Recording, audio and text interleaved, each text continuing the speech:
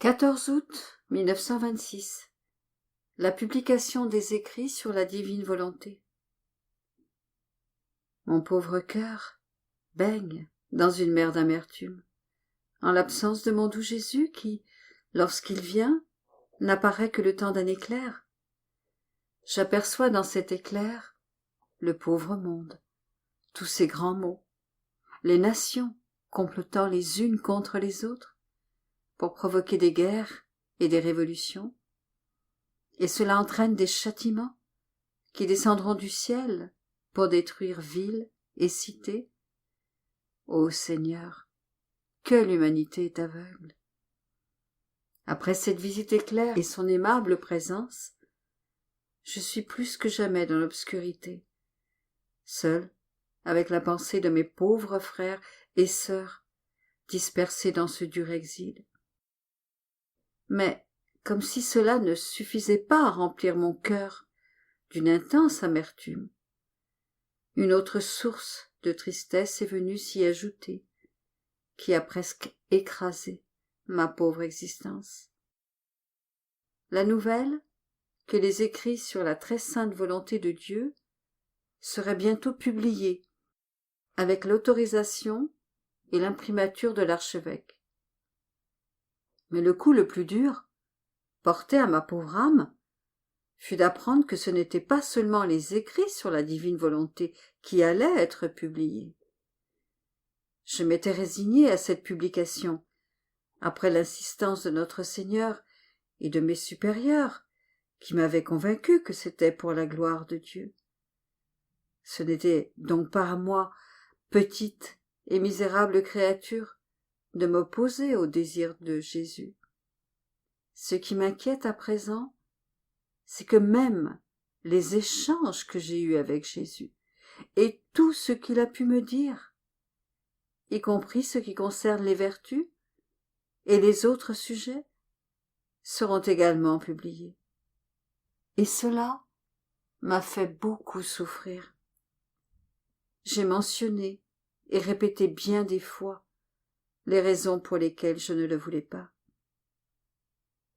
Je me trouvais encore dans cet état de profonde agitation lorsque mon doux Jésus fit sentir en moi sa présence, comme s'il ressentait lui aussi le poids de mon oppression. Me prenant dans ses bras, il me dit en guise d'encouragement : « Ma fille, que se passe-t-il ? Qu'est-ce qu'il y a ? Ne te décourage pas. Je ne veux pas te voir démoralisée. Au lieu de me remercier, tu deviens déprimée.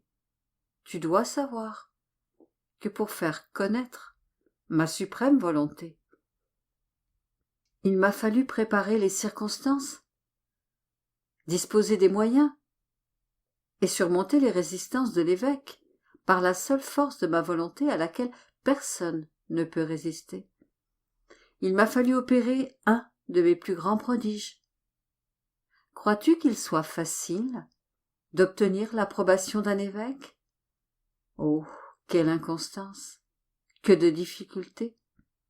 Ensuite, lorsque ce que j'ai révélé dans ma bonté est approuvé, ils le font avec tant de restrictions que mes révélations en perdent leurs traits les plus beaux, leurs couleurs les plus resplendissantes. Ne vois-tu pas, dans l'approbation de l'évêque, le triomphe de ma volonté, et par conséquent, ma grande gloire ? Ne comprends-tu pas à quel point la connaissance de ma suprême volonté a besoin d'être propagée, afin que, telle une rosée bienfaisante, elle puisse éteindre le feu des passions, et, semblable à un soleil levant, illuminer les ténèbres de la volonté humaine, en éliminant cette somnolente indifférence, qui, faute de vivre dans ma volonté, envahit presque toutes les créatures, même lorsqu'elles font le bien. Ces révélations sur ma volonté seront comme un onguent pour guérir les plaies causées par la volonté humaine. Tous ceux qui bénéficieront de cette connaissance ressentiront le flot d'une nouvelle source de lumière, de grâce et de force pour accomplir ma volonté en toutes choses.